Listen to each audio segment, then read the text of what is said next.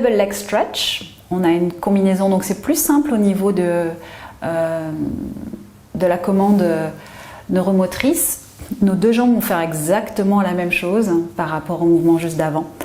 Je t'invite à ramener tes deux jambes sur ton buste, Marc. Voilà, exactement. Et poser tes genoux poser tes mains sur le plateau tibial. Voilà, c'est-à-dire le haut de ses tibias. Faites-le sous ses genoux, exactement. Et puis, avec cette même intention des genoux qui veulent s'éloigner de toi, ça va venir gonfler ta voile dorsale. Voilà. Et puis, tes genoux vont s'éloigner encore un peu plus. Et puis, ton regard exactement va venir suivre. Et donc le jeu, c'est pas de se refermer, c'est vrai que c'est la tendance qu'on aurait. Tu peux aller te déposer un peu plus haut, en fait, un peu plus haut ici. Va te poser là, poser. Parce que là, on voit que ça se referme tellement à l'avant, alors qu'il va avoir besoin de l'élasticité de ces fibres. Donc si elles sont trop condensées, elles vont pas avoir l'explosivité. Donc viens chercher un peu plus de longueur ici, exactement entre ton pubis et ton nombril, d'aller allonger et d'utiliser tes fibres pour créer cet espacement. Voilà, les jambes sont ensemble. Puis il va y avoir cette explosion qui est juste la conséquence de la condensation, c'est-à-dire qu'il a condensé de l'énergie cinétique, il est en train d'en créer énormément là, et quand tu vas inspirer dans cet espace-là, tes jambes vont s'éloigner de toi. Et reviens. Donc là, tu l'as fait dans l'expire. Ce que je voudrais, c'est que tu viennes prendre appui sur ton diaphragme dans l'inspire, ouvrir à l'arrière, utiliser le sol comme un point de départ pour envoyer loin tes jambes. Inspire. Et reviens. Donc les mains vont se plaquer le long de ton corps, sur tes cuisses. Sur tes cuisses. Voilà, exactement. Tu fais une unité en fait. Et avec cet appui-là, tu peux justement combiner les lignes brachiales avec ces lignes latérales. Et reviens. Et trouve ce jeu-là, cette élasticité dans ton mouvement. Donc il n'y aurait pas d'arrêt là-bas et il n'y aurait pas d'arrêt ici. Inspire. Expire. Voilà, dans le principe de la biotenségrité, on vient chercher justement un maximum de volume pour répartir le poids de son corps sur un maximum de surface. Voilà. Inspire, viens allonger. Voilà. Et donc, ok. Donc ici, tu vois, tu as perdu un peu de ta... Continue à être un peu plus présent exactement dans ces appuis. On peut voir qu'au fur et à mesure, ça se ferme. Et tu peux faire une pause. Voilà.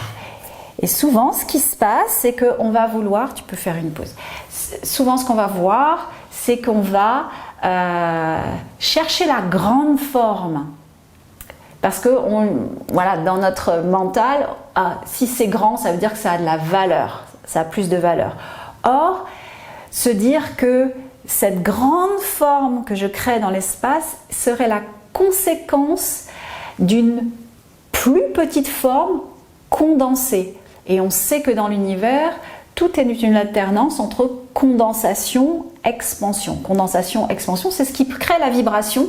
Et nous vivons ça au cœur de chacune de nos cellules pendant toute notre vie. C'est cette vibration. Donc là, on mime ce principe-là de condensation, expansion de la forme, ce qui est relié par une canalisation. Donc on canalise en fait l'énergie cinétique qui se crée dans la condensation et qui se libère dans l'expansion. Et c'est au fur et à mesure de canalisation et de canalisation de son énergie cinétique que le corps en fait se réinforme de tous ces possibles. À présent, je vais aider mon élève pour lui rendre des étagères. Je t'invite à mettre ça derrière tes jambes. Donc, vous voyez comme je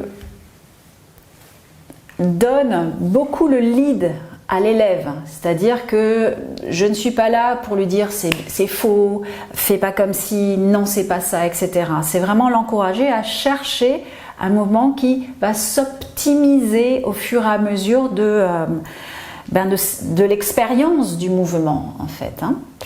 Bien, je vais aller prendre ce tissu, je t'invite à me donner le tissu. Donc, bien loin de manipuler un autre humain, je vais plutôt à chaque fois dire à mon élève, vas-y, mets ça derrière toi, etc., etc., pour lui rendre son autorité aussi par rapport à son corps. Bien, je t'invite à aller. Ouais. Je pense que ça va être mieux à l'extérieur. Ouais.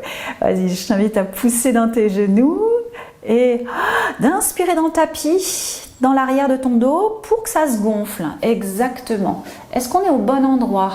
Est-ce que tu aimerais que je descende un peu plus? Tu me diras au fur et à mesure du mouvement. Voilà. Et je me mets ici. Voilà. Et puis c'est quand tu veux, on essaye avec cet appui. Ok, alors je vais me lever un petit peu.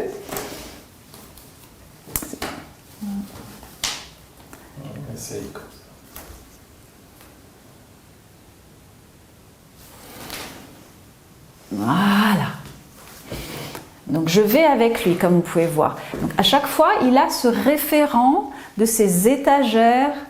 Pouf, et c'est presque moi qui lui donne le retour. Je réinforme ces tissus que c'est pouf. Et donc, ici, oh, ok, prochaine fois tu vas rester avec tes jambes pliées, Marc. Voilà. Et là, c'est pas mort. Continue à pousser tes fémurs dans l'élastique. Voilà, dans le tissu. Ouais. Paf. Et donc, à chaque fois, ce mouvement-là, tu es tout le temps présent à 100% dans le tissu, dans le fascia connector.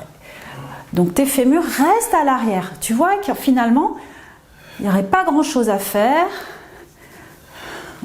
Est-ce que tu peux me donner plus d'explosivité?